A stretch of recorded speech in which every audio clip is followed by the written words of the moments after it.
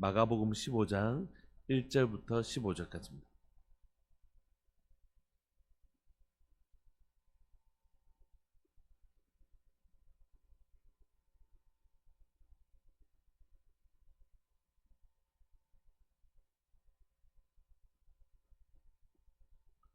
합독하실까요? 마가복음 15장 1절부터 15절까지 시작. 새벽에 대제사장들이 즉시 장로들과 서기관들을 곧 온 공회와 더불어 의논하고 예수님을 결박하여 끌고 가서 빌라도에게 넘겨주니 빌라도가 묻되 네가 유대인의 왕이냐? 예수님께서 대답하여 이르시되 네 말이 옳도다 하시매 대제사장들이 여러 가지로 고발하는지라. 빌라도가 또 물어 이르되 아무 대답도 없느냐? 그들이 얼마나 많은 것으로 너를 고발하는가 보라 하되 예수님께서 다시 아무 말씀으로도 대답하지 아니하시니 빌라도가 놀랍게 여기더라. 명절이 되면 백성들이 요구하는 대로 재수한 사람을 놓아주는 전례가 있더니 밀란을 꾸미고 그 밀란 중에 살인하고 체포된 자 중에 바라바라 하는 자가 있는지라. 무리가 나아가서 전례대로 하여 주기를 요구한대 빌라도가 대답하여 이르되 너희는 내가 유대인의 왕을 너에게 놓아주기를 원하느냐 하니 이는 그가 대제사장들이 시기로 예수님을 넘겨준 줄 알미러라. 그러나 대제사장들이 무리를 충동하여 도리어 바라바를 놓아달라 하게 하니 빌라도가 또 대답하여 이르되 그러면 너희가 유대인의 왕이라 하는 일을 내가 어떻게 하랴. 그들이 다시 소리 지르되 그를 십자가에 못 박게 하소서. 빌라도가 이르되 어찌미냐 무슨 악한 일을 하였느냐 하니 더욱 소리 지르되 십자가에 못 박게 하소서 하는지라. 빌라도가 무리에게 만족을 주고자 하여 바라바는 놓아주고 예수님은 채찍질하고 십자가에 못 박히게 넘겨주니라. 아멘. 오늘 우리가 읽는 장면은 예수님이 재판을 받으시는 장면 우리가 살펴보는데 이 재판을 우리가 살펴보면 이 재판 과정들이 다 처음부터 끝까지 공정하지 않고 억울하고 불공정한 그런 걸로 가득 차 있습니다. 1절을 보시면 새벽에 대제사장들이 뭘 했냐면 산헤드린 공회를 미리 밤에 다 한 거예요. 원래 유대인들의 재판은 해가 뜨고 사람들이 있을 때 할 수 있는데 이 산헤드린 공회가 백성들이 밀란을 일으키고 백성들이 막 반란을 일으키고 예수님이 기적을 행하시고 또 예수님을 지지하는 많은 사람들이 있었기 때문에 그런 것들을 두려워해서 몰래 밤에 하거든요. 몰래 밤에 예수님 기도하시는 그 겟세마네 동산까지 찾아가가지고 예수님을 잡아가지고 그 밤에 몰래 지금 하고 있는 것이죠. 그러니까 산헤드린 공회 지금 1절에 보시면 이 대제사장들의 이 재판 과정 자체가 이미 불법입니다. 이 불법을 행하던 대제사장들이 지금 뭘 하냐면 밤에 아무도 사람들이 이 일을 인지하지 못하도록 밤에 몰래 하고 나서 새벽에 빌라도를 찾아갑니다. 근데 이제 로마의 업무는 새벽부터 시작되거든요. 새벽에 이 로마 이제 업무를 시작하니까 대제사장들 어떻게 했냐면 아무도 모르는 밤에 이 재판을 딱 하고 자기들끼리 하고 새벽 딱 시작하자마자 새벽 문 열자마자 빌라도에게 데려간 것입니다. 빌라도에게 데려간 건 우리가 잘 아는 것처럼 지금 이스라엘은 속국이잖아요. 스스로 사형을 집행할 권리가 없습니다. 사형은 오직 누가 결정할 수 있냐면 로마 정부가 결정할 수 있거든요.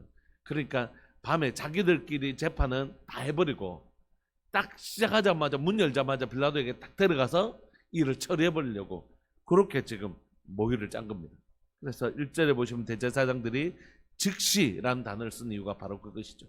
장로들과 서기관들 곧 온 공회와 더불어 의논을 다 하고 예수님을 결박하여 빌라도에게 넘겨줍니다. 문 열자마자 빌라도에게 이제 이 예수님을 모시고 온 거죠. 모시고 온 건 아니지만 예수님을 끌고 온 거죠.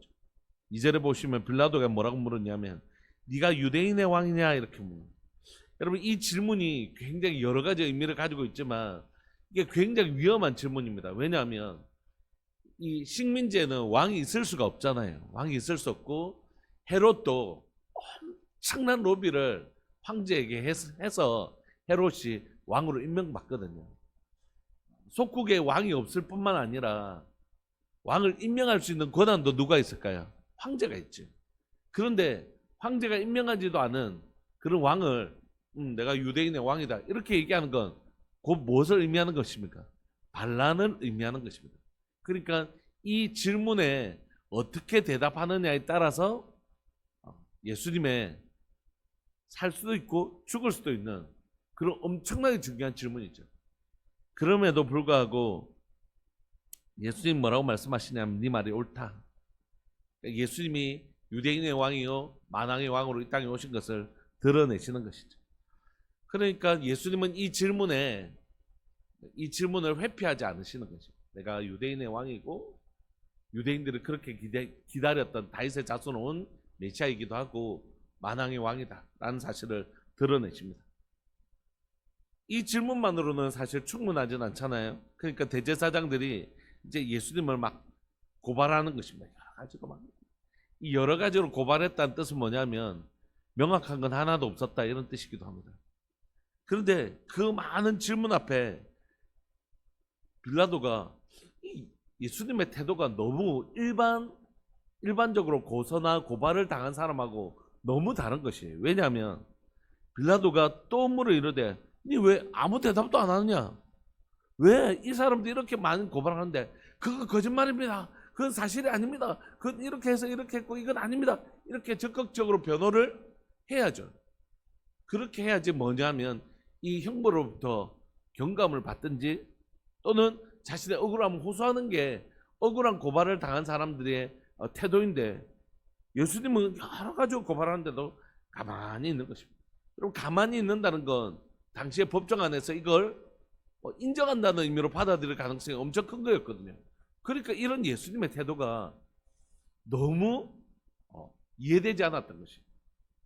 분명히 지금 빌라도도 바보가 아니잖아요. 빌라도가 이쪽에 총독인데 지금 무슨 일이 일어나고 있는지 다 알고 있단 말이에요. 그래서 10절에 보시면 이는 그가 대제사장들이 시기로 예수님을 넘겨준 줄 다 알고 있어요. 어떤 상황인지 다 파악하고 있다는 거죠. 그러니까 이거 지금 빌라도가 보기에도 이거 지금 엉망인 거예요. 이게 지금 너무 증거도 없고 그렇다고 해서 또 뚜렷한 증거도 없는데 요구하는 건 막 십자가 최고형 막 사형 막 이런 걸 요구하니까 이게 지금 진행되는 것 자체가 너무 형편없다는 걸 잘 알고 있죠. 뿐만 아니라 빌라도도 그 전에 유대인들하고 관계가 어쨌냐면 총독 중에서 가장 싫어하는 총독이 빌라도였습니다. 왜냐하면 빌라도가 잔인하기로도 아주 유명한 사람이었어요. 그래서 막 유대인들의 돈을 뜯어내고 그것 가지고 유대인들을 괴롭히고 때로는 죽이고 뭐 그런 일들을 많이 했단 말이에요. 그러니까 유대인들이 엄청 싫어하는 사람이 누구였냐면 빌라도였습니다. 그리고 성전과 관련해서 하지 말아야 될 행동들도 하고 그래서 너무 사이가 안 좋았어요. 그런데 이 대제사장들이 그렇게 성전을 더럽히기도 하고 백성들을 죽이고 괴롭혔던 그 빌라도를 지금 어떻게 하냐면 예수님을 죽일 오로지 그 한 가지 목적을 가지고 빌라도하고 착 달라붙어서 지금 이러고 있는 거죠. 지금 이 모습들이 우습지도 않는 거죠. 과정들도 다 불합리하고 근거도 없고 또 그렇게 원수지간이었던 빌라도하고 마치 엄청 친한 친구처럼 가서 빌라도여 당신이 우리를 이렇게까지 선정으로 다스려 주셔서 정말 감사합니다. 그런데 이렇게 당신이 잘 다스려 주시던 이 지금 우리가 갑자기 예수라는 자에 의해서 지금 폭동이 일어나려고 합니다. 이걸 엄하게 다스려 주십시오. 막 이렇게 찾아온 것이라고. 그런데 이에 대해서 예수님은 아무 대답도 없으신 것이요. 그들이 얼마나 많은 것으로 너를 고발한가 봐보라. 근데 너는 어떻게 한마디도 안 하냐. 이러면 네 이거 다 뒤집어 쓰고 너 죽을 수도 있어. 이렇게 말하고 있는 것이죠. 그래서 5절에 보시면 예수님께서 다시 아무 말씀으로도 대답하지 아니하시니 빌라도가 너무 놀라운 거예요. 왜냐하면 보통 사람들이 이렇게 하지 않거든요. 마치 이 죽음에 대해서 달관한 사람인 것처럼 마치 이 죽음을 그대로 맞이하려고 하는 사람인 것처럼 죽음에 초연한 예수님을 모습을 보면서 너무 놀란 것이죠. 그러나 이게 혹시라도 빌라도도 알았어요. 이게 지금 대제사장들이 막 예수님을 시기함으로, 그러니까 많은 사람들이 시기한다는 건 뭡니까? 많은 사람들이 예수님을 지금 추종하고 있는 거예요. 많이 따르는 거예요. 그러니까 그걸 알았지만 빌라도가 지금 이렇게 할 예수님을 막 예수님 편에 막 서려고 하는 건 얘가 그래도 일말의 양심이 있어서 그런 게 아닙니다. 백성들이 엄청나게 예수님을 지지하는 줄 알았기 때문에 혹시라도 자기가 예수님에게 십자가형 이렇게 언도했을 때 지금 이 백성이 어떤 반응을 보일지 몰라서 지금 아무래도 예수님에게서 어떤 잘못도 찾아내기 어려운데 여기서 혹시 내가 십자가형 대제사장 말만 듣고 이 형을 내렸다가 막 밀란이 일어나면 총독은 그 자리에 싸우시에요. 황제가 너 제대로 못 다스리고 있다 이거에서 그냥 본국으로 소환해 버립니다. 그러니까 그게 무서워서 지금 이러고 있는 것이지 절대 이 빌라도가 되게 일만의 양심이 있어서 예수님의 편을 자기가 보니까 그래도 이건 아닌데 이렇게 해서 한 건 아니에요. 그래서 어떻게든지 그는 예수님을 좀 빼내고 싶었어요. 왜냐하면 혹시라도 예수님을 형을 집행해서 어떤 밀란이 생기면 이건 감당할 수 없는 일이라는 걸 그가 잘 알았기 때문이죠. 그래서 그는 자신의 아내를 위해서 예수님을 좀 빼내려고 합니다. 그 방법이 뭐였냐면 6월절이 되면 한 제수를 빼내는 일이었어요. 예수님께서 다시 아무 말씀으로도 대답하지 아니하시니 빌라도가 놀랍게 여겼어요. 그래서 이제 빌라도가 선택한 방법은 6절에 명절이 되면 백성이 요구하는 대로 제수한 사람을 놓아주는 전례가 있어서 어떤 사람을 딱 데리고 오냐면 이거는 누가 봐도 저 사람이 너무 미워서라도 저 사람은 절대 건져줄 수 없는 사람을 데리고 온 거예요. 수많은 죄인 중에서. 얼마나 죄인이 많았겠습니까? 왜 하필이면 바나바를 데리고 왔겠습니까? 그건 뭐냐면 이 둘을 딱 놓았을 때 빌라도가 생각하기에 이거는 무조건 저들이 지금 예수님을 데려왔지만 상대가 너무 센 거예요. 상대방이 너무 죄가 큰 거예요. 그래서 어쩔 수 없이 예수님을 놔주세요 할 수밖에 없도록 바나바를 데려온 것입니다. 엄청난 큰 죄인을 데려온 거죠. 그래서 7절에 보시면 밀란을 꾸몄어요. 그리고 밀란 중에 심지어 살인을 했습니다. 여러분, 살인을 한 자는 당시의 로마법에도 풀어주지 못하게 돼 있어요. 그런데도 데려온 것입니다. 그러니까 아직 정확하게 살인을 했는지 살인한 혐의로 데려왔겠죠. 살인한 혐의가 있어서 데려왔겠죠. 그러니까 만약에 이 사람은 풀어줘라 해도 풀어줄 수 없을 정도의 죄라는 거예요. 가장 큰 죄악인 밀란과 살인이란 죄를 짓고 왔기 때문에 이거는 데리고 오면 무조건 100% 예수님을 풀어주라 할 거라고 빌라도는 확신하고 데려온 것이에요. 예수님을 좀 풀어줘서 혹시라도 생길 이런 소요나 밀란을 못 일어나게 하려고. 그러니까 이건 빌라도가 잔머리가 엄청나게 뛰어난 거죠. 그래서 바라바라는 자가 있는데 8절에 무리가 나가서 전례대로 하여 주기를 요구하니까 빌라도가 어떻게 대답하여 이르되 너희는 내가 유대인의 왕을 너에게 놓아주기를 원하느냐 이렇게 물어봐요. 그러니까 이게 빌라도의 마음이 여기 다 담겨진. 그러면 한 사람 놓아주라고 그럼 너희들 유대인의 왕이라는 이분 이 예수라는 이 자를 풀어줄까 이렇게 하니까 이게 빌라도의 마음이었으니까 11절에 이는 그가 대제사장들이 시기로 예수님을 넘겨준 줄 알기 때문에 다른 공간복음에도 보면 예수님의 죄악을 찾지를 못하잖아요. 그래서 이제 됐다 이렇게 해서 바나바도 요거 지금 애매했는데 사형 딱 시키고 또 예수님도 풀어주고 이러면 딱 이게 이 소요가 싹 정리가 되겠다 이렇게 이제 바나바도 애매했거든요 지금. 그러니까 이 빌미를 통해서 바나바는 깨끗하게 딱 죽이고 또 예수님을 건져주면 소요가 일어나지 않겠다 이렇게 생각한 것이에요. 그래서 그렇게 했는데 갑자기 이 사람들이 빌라도가 생각했던 것과는 전혀 다른 반응을 보이는 것이에요. 13절 그들이 다시 소리 지르되 그를 십자가에 못 박게 하소서 이런 말이 이해가 안 되는 거예요. 도대체 이게 뭐지? 지금 밀란을 일으키고 자기 사람들 중에서 살인까지 저지른 자가 있는데 심지어 그보다도 예수님을 십자가에 못 박아 달라니 이게 무슨 말인지 빌라도 입장에서는 이게 이해가 안 되는 거예요. 이게 너무 불공정하고 상식적이지 않고 너무 예수님 입장에서는 억울할 수도 있는 이 과정도 억울하고 뭐 이 엉망이잖아요 지금. 그러니까 빌라도가 이렇게 얘기합니다. 빌라도가 이러되 어찌미냐 무슨 악한 일을 하였느냐 이렇게 얘기하니까 그가 무슨 일을 악했기 때문입니다 이렇게 아니라 무조건 그냥 더욱 소리 지르되 우리는 그거 모르겠고 무조건 십자가에 죽여버리십시오 뭐 이렇게 한 거예요. 십자가형은 아무나 하는 게 아닙니다 여러분. 십자가형은 당시에 가장 극악한 죄악을 범한 자에게 하는 것이고 그 이후에는 점점 십자가형이 사라졌습니다. 인간에게는 너무 잔인한 형벌이라고 생각해서 결국 십자가형이 이후로는 사라져요. 점점. 그런데 이 십자가를 예수님을 향하여 우리는 뭐 그 죄가 뭔지 뭐 증거가 뭔지 그런 거 상관없고 무조건 죽여라는 거죠. 이들이 이렇게 한 이유는 뭐냐면 이제 선동을 한 거죠. 대제사장들이 선동을 했는데 이 선동에 넘어간 이유는 뭐냐면 자신들이 꿈꾸는 메시아가 있었잖아요. 와서 자신들이 미워하는 이 빌라도와 이 로마를 물려쳐주고 진짜 우리 가운데 다시 왕국을 세워줄 걸.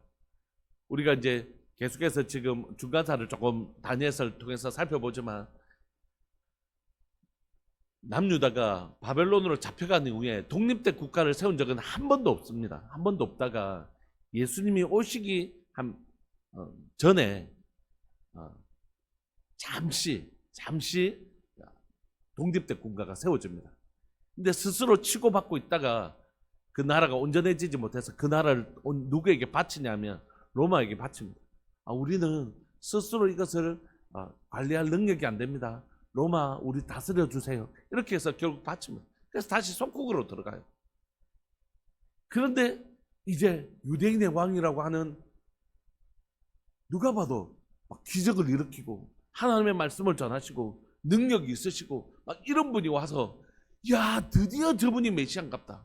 드디어 다윗의 작동을 오셔서 우리를 새로운 나라를 지어주겠구나. 이런 기대감이 있었는데 자신의 그 기대감을 충족시키지 못해주니까 이 반감이 다 예수님에게 쏠린 거예요. 뭐 재고뭐고 모르겠는데 우리가 그렇게 자기한테 열광하고 해가지고 자기 받들어 줬더만 결국 아니야. 결국 이렇게 죽고 마는 거야. 죽여. 이런 반감을 가지고 있었던 거지 이들이. 15절을 보시면 결국 빌라도가 무리에게 만족을 주고자, 그러니까 계속해서 자신이 이렇게 했다가는 문제가 생기려고 하니까 빌라도가 무슨 선의를 가지고 있는 사람은 절대 아니거든요. 무리에게 만족을 주고자 하여 바라바 놓아주고 예수님은 채찍질하고 십자가에 못 박혀 넘겨줍니다. 살인자는 놓아주고 자신들을 위하여 죽으러 오신 예수님, 자기를 위하여 죽기까지 자기를 구원하시기 위해서 오신 예수님은 죽이는 이런 희한한 일들이 일어나고 있는 거죠. 여러분 오늘 본문을 보면서 우리가 좀 짚고 넘어가고 또 머물고 싶은 건 뭐냐면 하나는 예수님의 이 재판 과정이 다 불공정했다는 것입니다. 근데 이 불공정을 대하는 예수님의 태도라는 것이 여러분들 살면서 불공정한 것을 경험하지 않습니까? 와 이건 억울하다. 악한 자들이 더 잘 되네. 와 이건 저 사람이 이런 수를 써서 이렇게 된 건데 와 이건 너무 불합리하다. 여러분 우리가 사는 세상은 다 불합리합니다. 아닌가요? 우리가 사는 세상이 정의롭지 않아요. 악한 자들이 오히려 잘 되고 저 사람이 술수를 썼는데 결국 저 사람이 이 어떤 프로젝트를 따가기도 하고 막 불합리합니다. 얼마 전에 제가 TV를 봤는데 TV 드라마에 혹시 협상의 기술이라는 드라마를 보셨나요? 제가 그걸 봤는데 이 마지막에 보니까 이 주인공이 억울하게 누명을 쓰고 주가 조작이라는 억울함을 가지고 이제 했는데 마지막에 그 주인공이 딱 그 주가 조작이 자기가 잘못이 아니고 그 위에 있는 상사가 잘못한 것을 딱 드러냈습니다. 우리 마음속에 통쾌함이 있죠. 드라마를 보는 이유는 그것이거든요. 통쾌함이 있죠. 역시 주인공이 저렇게 했는데 억울한 걸 풀리구나 하면서 우리가 카타르시스를 느낀단 말이에요. 그래서 옛날부터 극이 만들어졌고 그 극을 통해서 우리가 대리 충족을 느끼는 거예요. 이 세상에서는 이런 공의가, 착한 사람은 잘 되고 악한 사람은 벌 받는 이런 공의가 잘 이루어지지 않는데, 그 연극에서만이라도, 그 드라마에서만이라도 저 주인공이 잘 되고 악한 사람들이 항상 벌 받는 이유는 뭡니까? 여러분, 세상 그렇지 않기 때문이에요. 그런데 드라마라도 그 극을 통해서라도 우리가 그 카타르시스를 느끼는 것입니다.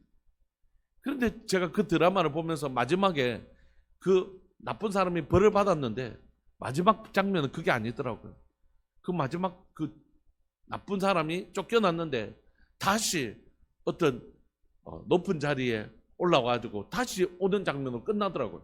그러니까 드라마를 보는 사람이 허무한 거죠. 그래서 제가 궁금하더라고요. 사람들이 어떤 반응을 하는가. 댓글을 쭉 봤더니 야, 어떻게 이렇게 결론을 내냐 하면서 막 욕을 이만큼 달한 거예요. 왜냐하면 그 결론이 사람들에게 만족스럽지 않은 것이. 왜냐하면 우리는 기본적으로 하나님의 성품이 있습니다. 사람들은. 우리가 다 하나님의 성품으로 만들어졌기 때문에 우리 안에는 어떤 성품이 있냐면 공의로움이 있습니다. 공의로움. 착한 사람들이 결국 복을 받고 악한 사람들이 벌을 받는 것에 대한 기쁨이 있어요.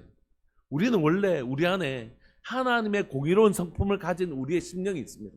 그래서 결국 저 사람 아이고 힘들었는데 잘 됐네, 내일 아니라도 기쁘다야, 이런 마음이 있고, 뉴스를 볼 때 저 사람이 직접 내한테 피해를 안 끼쳤더라도 아이고 저런 사람 벌 받아야 된다, 진짜 저런 사람이 벌 받아야 되지, 누가 벌 받노 하는 마음이 생기는 이유는 우리 속에 하나님이 의인에게 상을 주시고 악인에게 벌을 주시는 그 공의로운 마음이 우리 속에 있거든요. 그런데 우리가 살아가는 세상에서 여러분 다 공의가 다 이루어지나요? 그렇지 않아요. 하나님 나라에 가면 천국과 지옥이라는 완전한 공의로운 장치에 의해서 하나님의 공의가 완성될 것이지만, 그리고 때로는 우리가 이 땅을 살아가는 동안 하나님이 그 공의를 이루시기도 하지만, 우리가 그 순간순간을 살 때 항상 공의롭나요? 항상 공의를 경험하나요? 그렇지 않죠. 내가 저 사람에게 진짜 친절을 베풀고 탁 했는데, 그래서 약속을 했어요. 내가 이렇게 도와줬으니까 나도 네 한번 도와준다. 그런데 딱 내가 어려움 왔을 때 딱 등 돌리기도 하고 사람에게 배신을 당하기도 하고, 우리가 그런 시간들을 보내지 않나요? 우리의 인생이. 그래서 우리가 사는 것들이 공의롭지 않다. 나는 선의를 믿고 저 보정을 써줬는데 결국 등치고, 야, 사람이 저러면 안 되는데 하는 억울함을 당하기도 하고 하잖아요. 예수님도 극도의 억울함을 당하셨어요. 그런데 이 억울함을 예수님은 어떤 시각으로 바라보시느냐 하는 거죠.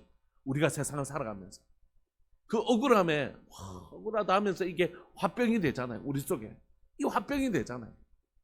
와, 진짜 내가 쟤한테 어떻게 해줬는데 이런 식으로 한단 말이야. 이런 억울한 상황들, 그것의 최고조가 어디냐면 사실 십자가잖아요. 예수님 무슨 죄입니까? 그리고 이 과정도 다 불합리하잖아요. 그리고 심지어 저 바라바라고 하는 저런 인간에게도 밀려가지고 지금 예수님이 십자가에 죽으시는 거잖아요. 근데 이 상황들을 바라보시는 예수님의 태도는 뭐냐면 이런 것이죠. 예수님이 이 땅에 오신 목적이 뭐라고요? 십자가에 죽으십니다. 내가 이 땅에 오신 목적이 무엇인지, 예수님이 이 땅에 오신 목적이 무엇인지 선명하게 아셨어요. 그래서 이 불합리한 속에서도 결국 누구의 뜻이 이루어지는지를 선명하게 보고 계시냐면, 하나님이 하나님의 뜻을 이루시는구나. 물론 여러분들, 우리가 내가 잘못된 결정을 해서 겪게 되는 억울함, 그것까지를 포함하는 건 아닙니다. 예수님은 지금 어떤 삶을 살고 계시죠? 진리의 길을 걸어가고 계시잖아요. 진리를 걸어간다는 게 그래서 이렇게 힘이 있는 거지.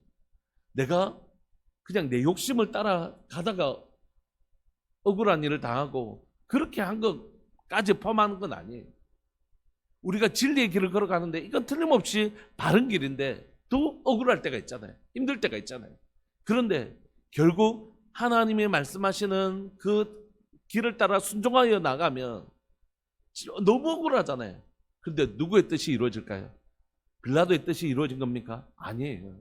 대제사장의 뜻이 이루어진 겁니까? 아니에요. 예수님이 이 땅에 보내셔서 우리를 위하여 십자가에 죽이시는 하나님의 그 구원행위, 하나님의 뜻이 이루어진 것이라.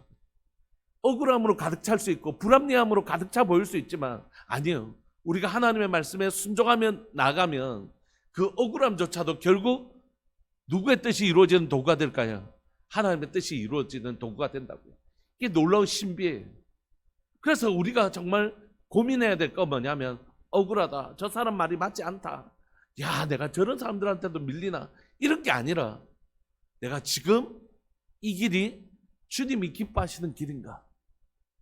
그렇다면 그 억울함과 그 모욕과 그 거짓과 이런 것이 합쳐져서 결국 무엇을 이루는 도구로 하나님 결국 쓰시고야 마시냐면 하나님의 뜻을 이루는 도구로 쓰시고야 만다는 것입니다. 예수님이 이 땅에 십자가에 죽으시기 위해서 오셨는데 이를 위하여 대제사장들의 그 시기심, 거짓말, 빌라도의 잔머리, 백성들의 그 분노 이런 것들이 다 건강하고 정상적인 것이 아니잖아요. 근데 그것까지 다 사용하셔서 결국 예수님이 십자가에 못 박는 그 하나님의 뜻이 이루어지는 것입니다. 여러분 우리가 살아가는 동안 우리 삶에 억울한 일이 있을 수 있습니다. 불합리한 일이 우리 삶들 가운데 있을 수 있습니다. 그러나 오늘 우리가 하나님의 뜻이 무엇인지 묻고 그 음성에 순종하여 나가면 결국 하나님은 하나님의 뜻을 이루신다는 거죠. 예수님의 십자가 사건이 그랬던 거죠.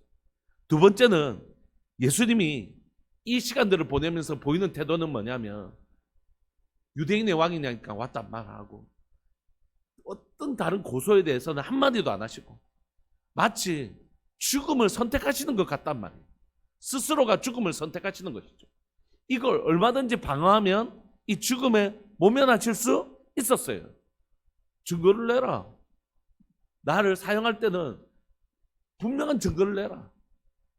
증거 없이 지금 넌 나를 죽이려고 하느냐 이렇게 만약에 반박하셨으면 예수님이 이 죽음을 면하실 수 있었다. 근데 예수님은 이 죽음을 그대로 받아들이십니다. 어떻게 해요? 유대인의 왕이냐? 그렇다. 다른 제목에 대해서는 침묵하시다. 이렇게 하실 수 있는 힘은 어디서 나온 것입니까? 겟세마네 기도했어요. 나의 원대로 마옵시고 스스로 얼마든지 이 죽음의 공포로부터 벗어날 수 있는 힘이 있음에도 불구하고 예수님이 선택하신 건 뭐냐면 그 죽음의 길을 걸어가신 것이에요. 하나님의 뜻을 이루실 하늘에서 이룬 것 같이 땅에서도 이루어지는 하나님의 뜻, 그 뜻을 이루시기 위하여 이 길을 걸어가는 힘이 여기 있는 것이에요. 결국 예수님도 기도를 통하여 하나님의 뜻이 내 삶을 통해서 이루어지기를 원합니다라고 그 길을 걸어가고 계시고 이 불합리한 모든 과정들도 하나님의 뜻을 이루는 도구가 되고 있다는 것입니다. 말씀을 마무리하고 싶습니다. 오늘 살아가는 여러분들의 삶이나 제 삶에 우리가 하나님의 뜻이 무엇인지 분별하고 걸어간다면 때로는 그게 나에게 억울한 일이 될 수도 있고 때로는 잠시 그 일이 내 가운데 불합리해 보일 수 있지만 억울하고 진짜 억울하다. 또 너무너무 부당하다. 너무너무 속상하다. 이런 상황들이 있을 수 있지만 주님의 길을 하나님의 말씀하신 하나님의 뜻이 무엇인지 분별하고 그것을 순종하며 나아갈 때에 하나님의 뜻이 이루어지는 거죠. 내가 이 삶을 막 이렇게 자신의 억울함을 호소하지 않아도 결국 하나님은 하나님의 뜻을 하나님이 이루어 가시는 거죠. 여러분들이 살아가는 삶의 현장 가운데 예수님의 그 법정과 같은 불합리함이 있는 이 땅 가운데 여러분 예수님이 보여주신 하나님의 뜻에 순종하며 나아가는 그 길 선택하실 수 있는 힘이 우리에게 있기를 소망합니다. 오늘 이 새벽의 기도가 내 힘으로 내 억울함을 막 벗겨내려고 막 이렇게 하는 게 아니라 하나님의 뜻이 무엇이고 결국 하나님께서 이 과정을 통하여 하나님 이렇게 하나님의 뜻을 이루어 가시고 계시는구나라는 하나님의 뜻을 볼 줄 아는 시력이 회복되기를 소망합니다. 이 시력이 없으면 억울함만 가득한 세상이지만 이 시력이 딱 회복되고 나면 하나님의 뜻이 무엇인지 분별한 사람은 하나님 참 놀랍다. 저 사람들이 이런 모든 상황들을 통해서 결국 하나님은 하나님 뜻을 이루시는구나 이게 보이는 거예요. 그러니까 억울하지 않는 것이에요. 그리고 그 일이 이루어지는 것을 보면서 이 믿음의 길을 걸어갈 수 있는 힘이 그에게 더 생기는 것입니다. 우리 시간 함께 기도합시다. 하나님 우리의 눈을 열어주옵소서. 우리의 눈을 열어주옵소서. 하나님의 뜻이 무엇인지 보게 해주십시오.